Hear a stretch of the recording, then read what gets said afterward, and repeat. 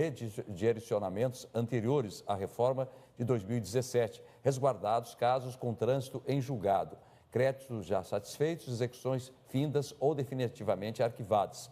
Para a gente entender esse assunto que é complexo, nós vamos conversar agora com o doutor Antônio Augusto Costa e Silva, advogado que está aqui no estúdio do TH Mais Cidade. Doutor Antônio, bom dia, muito obrigado pela sua presença. Muito bom dia. Mais uma vez, estamos juntos aí para discutir essa questão novamente. Prazer estar aqui novamente contigo. Já estou me sentindo de casa. Ótimo, certo? É de casa. Bom, vamos lá. Tecnicamente, é um assunto difícil de ser compreendido porque é muito complexo. Agora, traz um impacto muito forte nas empresas. Em resumo, o que significa isso? Que o processo trabalhista contra uma empresa que está inserida num grupo é direcionado para aquela empresa e as demais empresas subsidiárias do grupo não têm nenhuma ação sobre isso? Eu vou explicar. Realmente é um tema muito complexo. Eu disse na semana passada, na oportunidade que eu estive aqui, que o Supremo Tribunal Federal estaria tratando de questões muito relevantes no âmbito da Justiça do Trabalho. Ao contrário do tema 1389, o tema 1232, ele foi julgado. E, inclusive, já há comunicação do Supremo Tribunal Federal para o TST que esse tema foi decidido. Apenas não há ainda a publicação do acórdão. Certo. O acórdão é a decisão do plenário. Não foi por unanimidade, foram 9-2, ficaram vencidos o ministro presidente do Supremo Tribunal Federal, hoje presidente Edson Fachin, e o ministro Alexandre de Moraes, que entenderam que divergiram do voto do relator, entenderam que poderiam incluir as empresas a qualquer momento no polo passivo da execução. Mas o que é isso? Deixa eu explicar de uma maneira mais simplista, para que todos entendam. Um determinado empregado leva o seu empregador na justiça, o processo corre normalmente, há uma sentença, a empresa é condenada, existe ali um título executivo formado entre o reclamante e a empresa. Perfeito. Ok? Então, a relação processual é entre os dois. Por algum motivo, aquele devedor que participou desde o início da relação não paga, não quita a sua obrigação. Só que esse devedor faz parte de um grupo econômico de outras empresas. Perfeito. O que ocorria na prática? Com o inadimplemento desta obrigação, o reclamante fazia um requerimento ao juízo e o juízo determinava a inclusão de empresas terceiras. O que são empresas terceiras? Do mesmo grupo econômico, mas que não participaram do processo desde o início. Então, por exemplo, o grupo tem 5 empresas. A pessoa está processando a empresa A. A B, a C, a D, a E, elas não estão inseridas nessa situação. Aí, antigamente, ou antes disso, dizia empresa B, a empresa A, a qual o funcionário está processando, não tem dinheiro para pagar. Então, a B vai pagar? Exatamente. A situação era essa. A execução era redirecionada para aquelas empresas que não participaram da relação processual desde o início. Mas, tecnicamente falando, tem que ser observado o devido processo legal. Perfeito. E por que essa decisão do Supremo foi construída dessa maneira?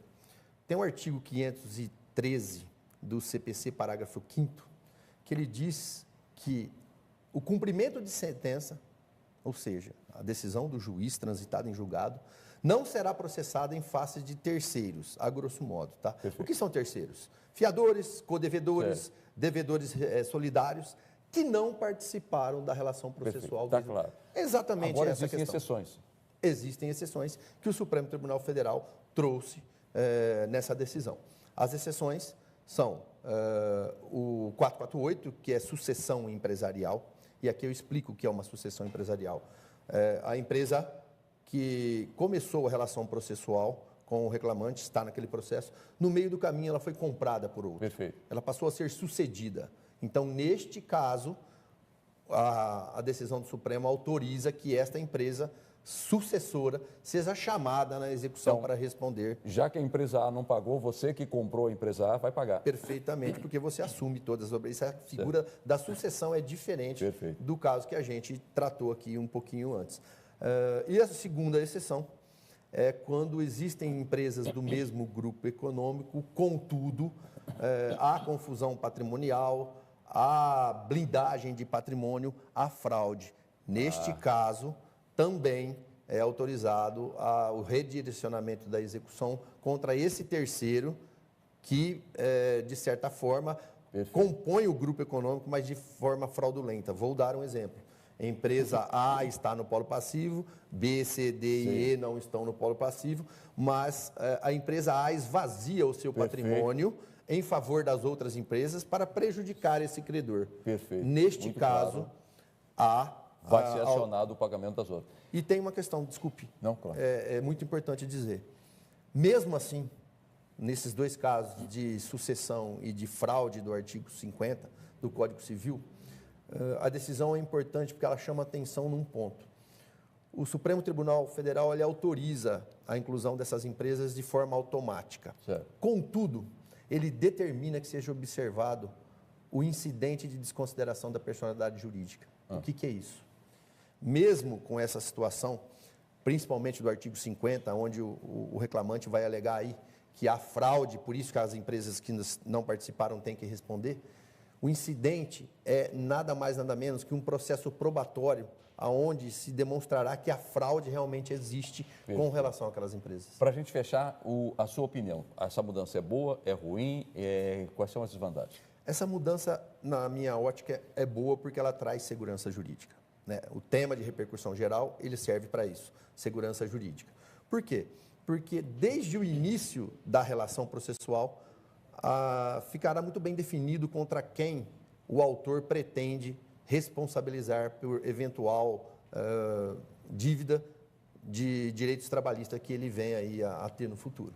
Tá certo. Doutor Antônio, muito obrigado pela entrevista. Excelente, foi claro, foi explicativo, foi didático. Vamos aguardar o desdobramento disso então. Muito obrigado, eu que agradeço, é um prazer. Até uma próxima ocasião. Muito obrigado. 8 horas.